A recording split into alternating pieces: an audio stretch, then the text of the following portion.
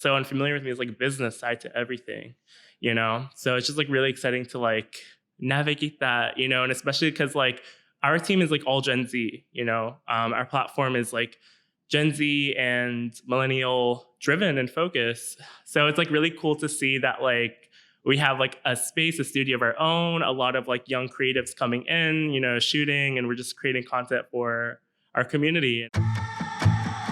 The following podcast is an American Influencer Council production. Welcome to Creators with Influence, a podcast on the intersection between the creator economy and digital culture, where entrepreneurs come to share empowered stories. Kiana Smith-Bruneteau is a creator advocate, champion of lifelong learning, and movement maker. Karsten Tannis, known as Skinny Was Here, is a solopreneur, internationally recognized multimedia creator, and a promoter of creative inclusivity. Together, they are your hosts. So good to see you, Carson. Welcome back, Kiana. We're here again for another episode of Creators with Influence. It's been a journey so far. How are you feeling today? I'm so excited. We're asking the question, what does it mean to be a digital media mogul? We have Ameer Al-Khatahtbeh, 23 years old. I'm so inspired by his story. He is the founder of the Muslim.co and the social media channels at Muslim. And he is building his own empire. And he's going to be talking about owning space, inspiring a new generation of creators. And we're going to bring him in. Yeah, I'm so excited to speak to him. I think that it's interesting to speak to digital disruptors in the space, but also people that have a stronghold on their community and are a voice of the people. So let's bring him in. Amir! So good to see you. Kiana. Welcome, Amir. How are you? So good to see you. Thanks for coming in. Well, what an intro. That was crazy. An empire, a mogul. Right? You have you're really carving out your own space, and it's exciting to see. And thank you for the kind words. I really appreciate it. I feel like I'm on the red table talk for social media influencers. Let's jump into it. In terms of representation in media, you know, Hollywood and mainstream media, they're not doing it. You had to really carve out create your own lane. No, for sure. Like, I feel like one thing when I created Muslim, you know, I had the idea of it like throughout university because Muslim just turned 2 years old and I just graduated last year. So this started out as like a college project because I was, you know, driven by journalism. That's my major. And I noticed that there was a lack of like Muslim representation, Muslim coverage. I've noticed like every time Muslims are like featured in media and entertainment, it's like so negative. Like, have you guys seen Homeland? Like, do you see how they cover Muslims in Homeland? And I feel like it really dictates like how media and news covers Muslims and how people are always perceiving them. So to me, it was like a mission like, okay, what's the deeper issue here? Is it really representation, or do we like not have a space of our own? So I was like, it's time for us to, you know, create that space, create that lane, and, you know, create that community. So I love what you're doing. thank you. Speaking of representation, I was telling a friend that I didn't realize how important that was until I started seeing the diversity and inclusion on billboards after 2020, right? Like the protests that was happening and finally seeing like positive imagery of people that look like you or people that come from your communities. I didn't realize how impactful that was. Yeah, a lot has changed in 2020. Like a lot has changed like the last 2 to 3 years, actually, when it comes to like representation, like not even just on billboards. Like we're seeing change like in film and entertainment. We're seeing change in media and how, you know, they cover certain groups, minorities, communities for the better. So, I mean, one thing that I do love is I'm seeing a lot of people from like different backgrounds and communities like actually being employed and working in these spaces that are actually creating the change, which is, I think, is a huge step forward. I love that you said creating the change, you know, because it's exciting, you know, being a solopreneur and building a team, and you're hiring creators, and you have your own office. And talk to us of just setting that up and being so driven at such a young age. It's like crazy. I'm like still figuring it out, but it's just like kind of just like crazy to see how things happen. I don't know, like building all of it, I had to like figure it out kind of on my own with like, seeking out mentorship, like along the way, I like met you through a mentor, how crazy is that? So, because of, I have, people guiding me, mentoring me, I was able to like figure out this space and industry through that because I'm a journalist, I started in media. I'm staying in media, but what, a territory that's so unfamiliar with me is like business side to everything, So it's just like really exciting to like navigate that, and especially because like our team is like all Gen Z, our platform is like Gen Z and millennial driven and focused. So it's like really cool to see that like we have like a space, a studio of our own, a lot of like young creatives coming in, shooting, and we're just creating content for our community. And, it's like really cool because it hasn't been like seen before or done before. So it's just like really, I don't know, it's just a thrilling time. Sorry, what was the turning point, or like what was the, I guess the point of inception for you to jump into journalism and then also to turn it from digital to like a physical space? What made you want to study that, or what made you get into that and also utilize that as like a platform? Oh, for sure. I mean, it's a little political. Like when I graduated high school and like went to university, it was a time that was Trump, was elected. Like literally like my freshman year, Trump was elected. He did so much damage and harm towards the Muslim community during his time, even like campaigning in 2015, 2016 is when like, it hit home with like the Muslim travel ban and inciting all of this like hatred and, misconceptions about our faith and about our community. So that's like how it honestly started, because I was doing investigative journalism at my campus and I was studying how Iranian grad students were being treated from there and how they would be sent like abroad, but they're not able to come back because of the Muslim travel ban.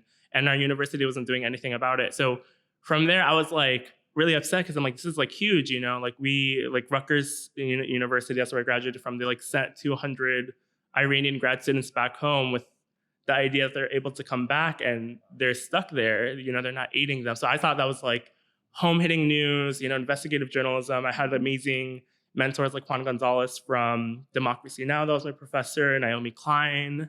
So it's like, I started from there, but seeing how like no one really cared, like they wasn't, they just like didn't understand like our community and the need for our community. And it kind of like opened the gates to me, like understanding that there's a deeper issue in media and the space alone for Muslims and for my community. So I wanted to create that lane. I wanted to create that publication, that space for us to cover news like this, because to us, it's like heavy hitting news. Like a lot of times we see like news posted and like Muslims are like they're like neglected, or at the same time it's like news that like impacts our community, but it's not like being driven to our community. We're not receiving that information. So I'm excited for that. Yeah. Just in terms of just how fast you've been able to build these channels, you launched Muslim.co in February 2019, and across your social networks you have over 2 million followers, which is just insane for your growth strategy. Just talk to us about, what are some of the goals you're trying to hit with just bringing in different people? Because when we first met, you educated me a lot on Ramadan, and just, I think sharing culture, sharing food, sharing art just brings more people into the fold. And that's how you break, biases. And that's how you shatter stereotypes. And that's how you bring more people into a community. Right. It's just like so crazy because like our fast growth was like completely organic. Like we didn't do any advertising. We didn't do any like promoted posts or anything like that at all till this day. It just goes to show that like what I'm doing, like creating a space and community for Muslim is needed, so that's kind of like how like within 2 years we're able to like have a community flock towards us, especially during these times. But I know for sure, like when you like mentioned like educating on Ramadan and stuff like that, I think this platform is like so amazing because like we're building that bridge, not just for our community, like this space is like needed for our community, but I'm seeing for the first time, like people actually like using us as like a resource. A lot of allies and activists are following us, celebrities even are like following us to stay in the know for like anything that has to do with the Muslim community, just so they're aware of everything. So what I love is like so many people are educating themselves on Ramadan. Like if you don't understand why Muslim women wear the hijab at this point, it's like, where are you? You know what I mean? It's like 2021. Follow Muslim if you want. But it's just like really crazy because like growing up, like I grew up in East Brunswick. I grew up in like this white town in New Jersey, and I was the only Muslim. So like imagine like when it came time for, I remember like specifically in like first grade, we had to like talk about like the holidays that we celebrate and stuff like that. And I was telling everybody like, oh, like we fast for Ramadan and we celebrate Eid. My teacher even was so uneducated that she like came and took me to the side. She's like, Ameer, like, did you make up this holiday?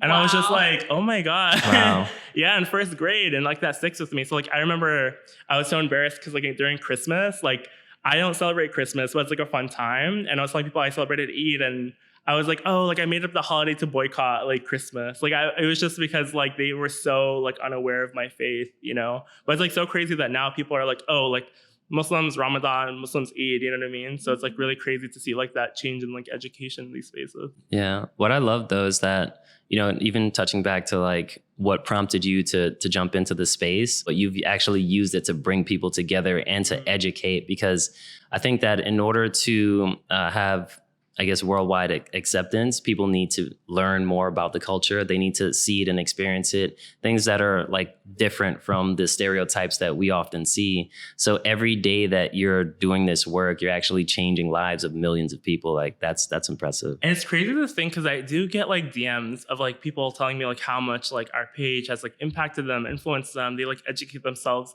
on our faith so much that they even became Muslim themselves. And I'm just like really... Wow. Yeah, I'm like really baffled by that too. But I mean, like it like comes with the territory, right? Like our mission is for social good. Our mission is to be a space for our community. So like the second that you start seeing like that like manipulated and shifted, like you can see that everything is gonna go. Also, I like live a very humble life because I have like superstition. I like believe in evil eye. I was like, as soon as I like brag or I gloat about something, I feel like it's gonna go.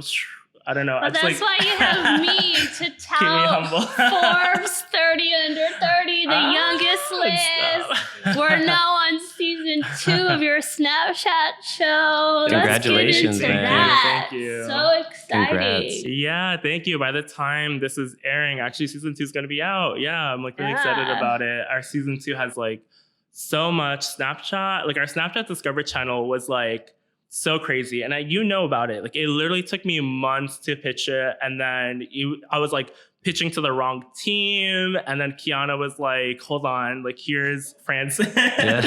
And it was like, went to Bop. I was like, wow, like, okay. Like this when is you like, showed me that deck, I was like, this is just genius. This has to be a show. Like we have to make this happen. So, and it was like so simple. Thank you. And Congrats. Like it's crazy because it goes to show like we did season 1 during Ramadan, and our numbers, because like first of all, like Snapchat, out of the top 20 countries that use Snapchat, 10 of them are Muslim majority, and there's no Muslim channel on Snapchat until us. So when we came out during Ramadan, oh my God, it was like a wave of people flocking to our content. It was like so exciting because like they're so uncatered to. And it's crazy because people still don't know that Muslims make up 1/3 of the world's global population.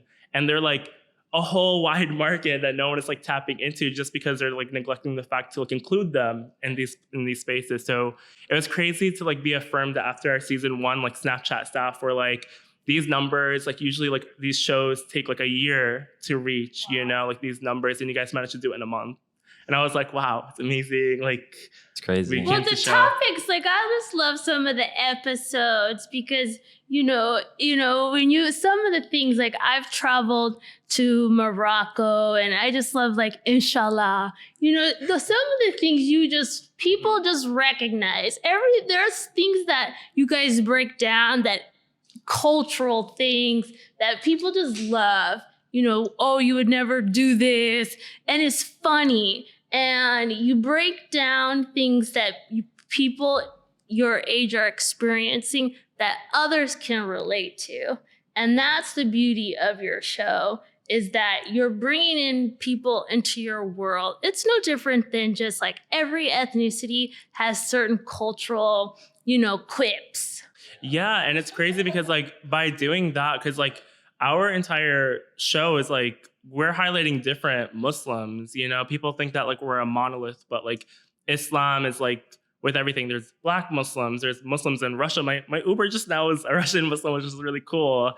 There's like Muslims from all over, and each one has their own story to tell. So like when people like pit us and they think about like, currently like Afghanistan and like the Middle East, they like pinpoint us as like Muslims as like this one staple like identity. It's like, no, we're vast. So it's like really crazy because a lot of people would see like our Instagram or they would see like our show on Snapchat and they'd be like, what? Like, what? Like, I thought Muslims were like, they wear the hijab. They have like their own conception of like what Islam and Muslims like are supposed to do. And they're like, no, we're like just like you. We're like just like anyone else. So totally, we're breaking those barriers. Doesn't it make you wonder though, like what could be done to help like teach a lot of people at an earlier stage? Because I feel like you absorb so much as a child, but then as you grow older, you just kind of grow into like ignorance. So I'm always wondering like what could be done in terms of like the educational system to help like even like the younger class, right? The next generation of people who are helping to change this world. Yeah, I mean, I'm seeing a lot of initiatives already,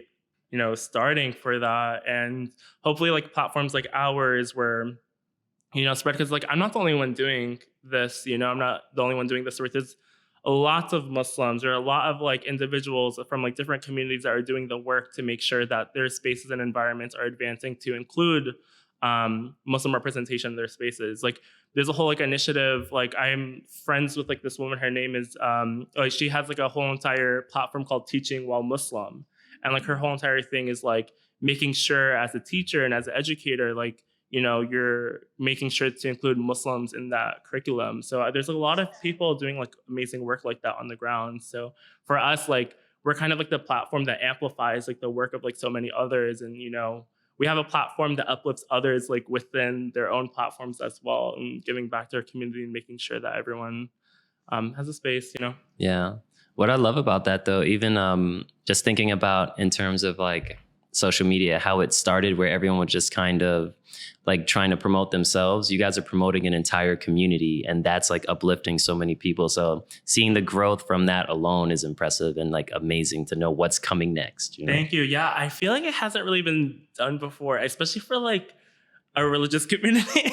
It's like so different because like for me, I'm in media. I've been doing social media since like I was a teenager, like for Tumblr and then all these magazines. So I like when I was doing social media for them, I was like, I could be doing this for, our own community. So I used like the knowledge that I've had in the media industry and, came up with the branding, the concept and everything for Muslim. And I feel like because it's like so fresh and so different and our community is so unfamiliar with it, but at the same time, it's like so relatable and easy. It's just like, wow, like, this is cool. Yeah, I've never seen it. In all the years I've been in this space, there is no one who has like Christian or, the handle Jew. And it's a huge responsibility. Oh, yeah. It is for sure. Because like, there's so many Muslims. Like you can't, like every Muslim practices totally differently. So there's like no one way to practice the faith.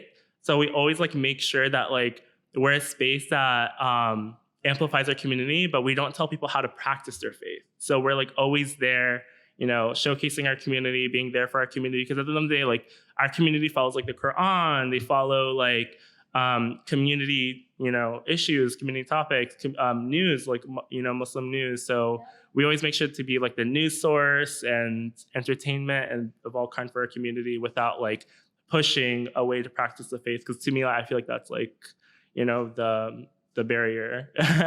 Totally. Or boundary, I should say. Yeah. And you have so many celebrity champions like Gigi Hadid, and talk about, having some of these type of heavy hitters push forward some of the issues you guys have gotten into. Because I think when you're a niche publication, the beauty of being, small and independent is that you can tell stories about small cities in Yemen, or in Afghanistan, and get the global attention that maybe another outlet can't.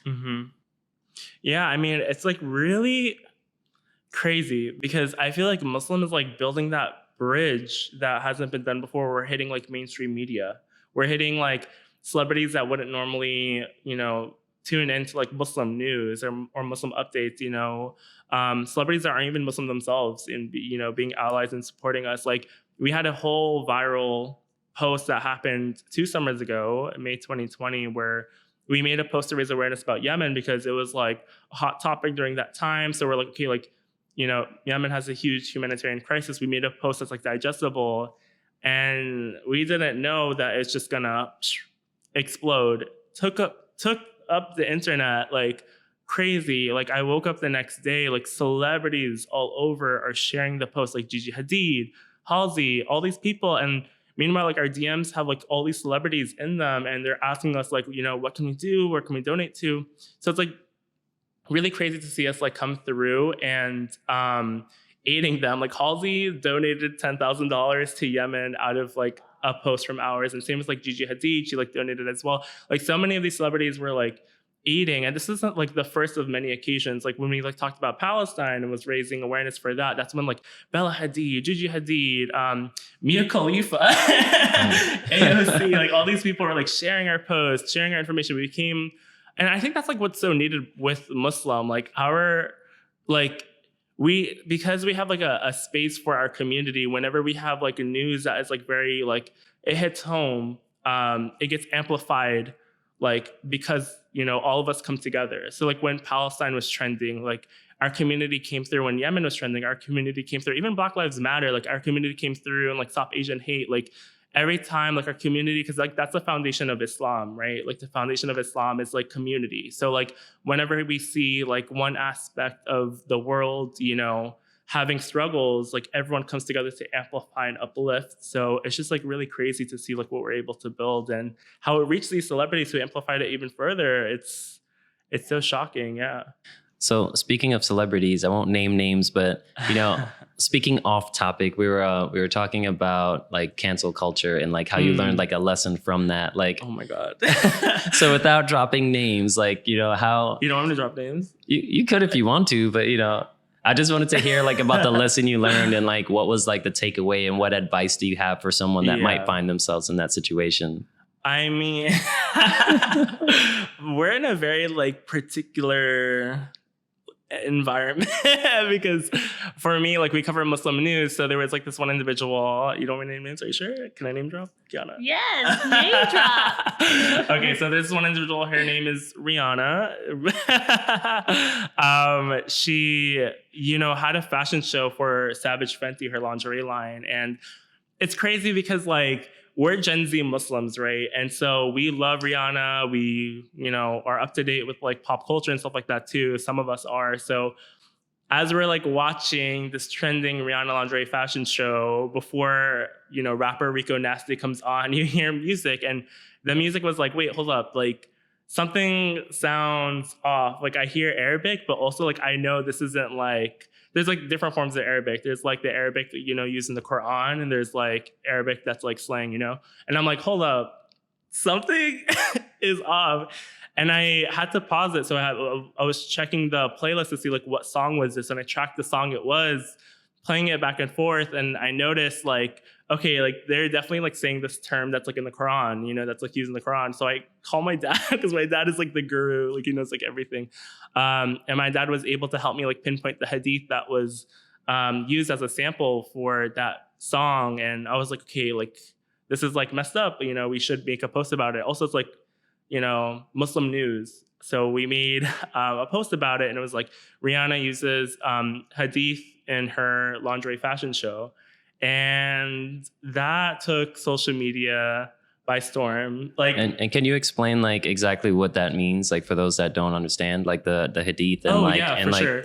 So there's like Quran and hadith. So the Quran is like everybody abides by. Hadith are like stories that were told during like the prophet's time that people like look into to, you know, see how they can go about modern or you know, today problems. So they look back at like stories of the prophet and narrations of it to aid them today. So like it's not necessarily like from the Quran, but like during that time. And there's like a whole system to it and stuff like that. So Muslims take it very, very seriously. And so when we like broke that news, like it was crazy how fast, because like we just like covered it as news. I saw it was viral. It was everywhere. We covered it as news, and I didn't know at the time. It was a lesson for me how our community was like so upset by it that they like flocked to her Instagram and was like commenting like hashtag Rihanna's over party, hashtag cancel Rihanna, how dare you, da da da. And then I go onto Twitter, it's, you know, hashtag Rihanna's over party is like trending, and it was trending for 3 days. I saw that. It was crazy. And like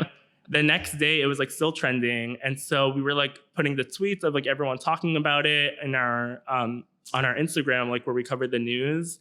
And then Savage Fenty like makes a public apology the day after. Like it literally like took 3 days for them to like address it because they got so much backlash. And I kind of felt bad because like that's not our platform. You know, like our platform isn't one to like cancel anybody, you know, but it was kind of like a side effect of like what happens when you cover news that opened my eyes, because like they're apologetic, and it also sucks because like she was like, it was trending her like lingerie fashion show, but like this coverage like overshadowed, you know, that lingerie fashion show. So but what I do love about this whole entire experience was like a lot of brands, a lot of companies, a lot of influencers like saw that, you know, they saw like how Rihanna was, you know, the Muslim community was upset with Rihanna. So now I felt like it opened a bigger picture to include Muslims in these spaces, to, you know, keep an eye out to include them and understand them. An educational lesson too, because oftentimes you might misappropriate a culture and you don't necessarily know that you are.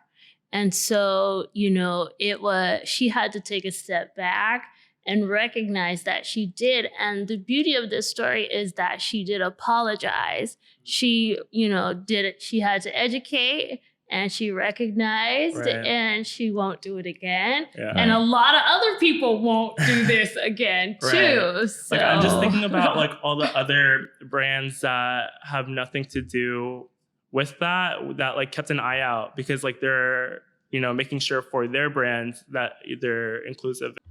Let's get into just, you know, let's get into funding a startup, which is always a challenge. Always. Outside of sponsorship and brand deals, you know, creators should be taking advantage of grants and, you know, leveraging the Small Business Administration. That's something that we champion at the American Influencer Council, and we have resources and links to those opportunities in our resource hub. You are a recipient of the Knight Foundation grant. Yes, that's exciting. Super exciting. Tell us about the Knight Foundation and this incredible honor. For sure, because I'm such a journalist. Like I take journalism like so seriously. And because of that, like I'm actually very stern with like my startup with Muslim. Like I'm so proud that we don't have any investors, we don't have any VC backing whatsoever. And so for like the first like year and a half, or not year and a half, the first year, no funding for Muslim. It was like all bootstrapped. But that's like then when we started developing like a huge presence with our newsletter and with our platform, that's like, okay, we're taking the next step for our publication.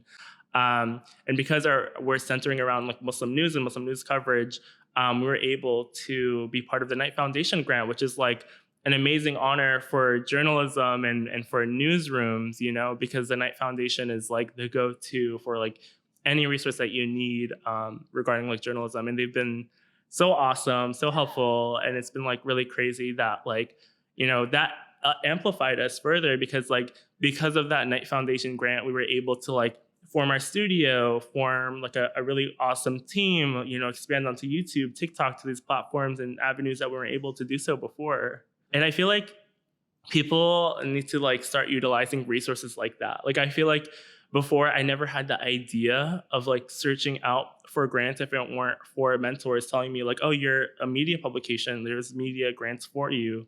Yeah. So I feel like a big misconception because I'm young. I know I'm naive when it comes to business because I'm not a business major, right? So I don't want to like mess up anything before I have my footing. Taking a grant is like the safest thing to shoot for. Before, like a lot of people are always like, oh, I need funding right now to make my vision happen. Like, no, I went a whole year building Muslim like without any funding whatsoever. It's just like if you have the vision, you like go for it. You don't want to screw yourself over because you need a quick buck for like a step up, you know what I mean? So, and you kind of mentioned some of the hurdles that you had like, in the beginning stages of, you know, of developing this company. Can you tell us some about that? Oh my God. So yeah, I was in college still. I was a senior, and it was actually so embarrassing. Imagine like we have like one of the biggest subscribers for our newsletter, because how Muslim started, it started as a newsletter. It started as like me having compiling top headlines for Muslim news every week, every Friday. It was so embarrassing because like imagine having a huge online presence for this newsletter and I can't even pay the $80 MailChimp fee as a college student too. And I was like so embarrassed. I did it every Friday. So imagine like not being able to like reach like thousands of people on this like weekly newsletter because I didn't have the money for it. So those were like definitely the challenges in the beginning. But I feel like the biggest thing like for me, because I'm serving a community, is like if your community doesn't accept you, then it's like, you know, wishy-washy. For me, I'm like so blessed that like I started off like with the Muslim community around me. Like Rutgers has like the biggest Muslim community on campus. You know, we have like multiple Muslim organizations. That's how I found so many mentors. It started from there. The newsletter was like, hey guys, I was going to every meeting. I was like, guys, like follow my newsletter, follow Muslim. And it started from there. Within our first week, we got 3,000 followers, and it's just all local. It started at like college, and it started at like our local mosque, and like word went around, and I got like community like support and help here and there to be able to pay the $80 MailChimp fee. It's crazy because it was like such a scrappy environment, but then it led to, you know, building and building to get to resources where someone connects you to the Knight Foundation, you know? So and these kind of stories, this kind of transparency helps inspire other creators.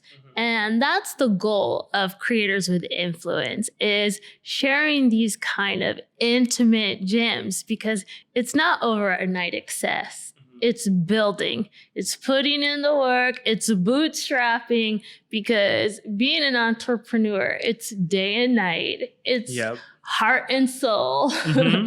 And like, yeah, like if you aren't scrappy with it and, you know, building, like I wouldn't have been connected to Kiana, and Kiana was a major help in connecting me with Francis from Snapchat and, you know, helping us with our show, navigating us in that space. So it's like really crazy to see how like, if you're so focused and tunnel vision with your product, with your, you know, vision, like it'll expand you further. So. No, that's amazing. So Ameer, I know that you have like tons of inspiration in life, but we also know that your sister is also an amazing human being. Can you tell us a little bit about her? Yeah, no, for sure. My sister's Amani. She is the founder of Muslim Girl, and Muslim Girl has actually been in existence way before Muslim. Like they are at 11 years now since they created. And it's like so crazy that when I came with like the concept for Muslim, you know, it's such a new space, you know, Muslim media. I'm so glad that I have my sister as like a mentor to aid me through that, because she's been doing similar work with like Muslim Girl and covering Muslim woman narratives and Muslim woman storytelling. She's so wonderful, and anytime I have like a serious issue, like not serious issue, but like every time like an issue arises where I'm like, because it's a new space, so like there's a lot of like new things that come with that territory, especially for the Muslim community, about like how to cover certain things. I'm like, oh, like, is this the right way to word this post, for our community? You have to be very conscious about language because it's very sensitive. And she would aid me in like helping and guiding me to make sure that I'm not doing anything that's like out of the norm or problematic. So it's really awesome to have like a sister as a mentor throughout. So I'm really excited. I'm actually gonna go see her in LA next week. So I love it Super because cool. she's the founder of Muslim Women's Day, which is a yes. huge global event, and she's an author too, and featured in CNN and Vogue. So you also have big shoes to fill. Yeah. A little nervous on that part. Vogue. Oh God. Yeah. It's really awesome because like we do like, Muslim and Muslim girl aid each other and help, when we have the national or yearly campaign for Muslim Women's Day every March 27th, like Muslim is a major partner for that because our platform is the number one source for Muslim content right now. So every time we post about Muslim Women's Day, it gets like a huge surge and boost. And it's really awesome that Amani is able to coordinate media partners, It's really awesome. I'm like really proud of her for like coordinating it because it's been going on for like 4 or 5 years now. Where like Snapchat's a partner, Twitter, TikTok this year, and all these platforms. It's really awesome. You two are owning it. I learned from the best. So Tell us where our listeners can find you. You can follow Muslim on every social media. We're just Muslim on Instagram, on TikTok, on Twitter. You could follow me on Ameer, also on all social media platforms, on Instagram, on Twitter, on TikTok, AMEER. So I love it. But yeah, thank you guys so much for having me. This is like so exciting. I'm like really excited for this, and you guys are doing amazing work with AIC. So you're providing so much resources and helping uplift so many stories. So Well, of course, but also thank you for, building a community and having genuine connections that are changing lives across the world. So I'm just doing my part, in this world. So thank you, man. Thank you guys.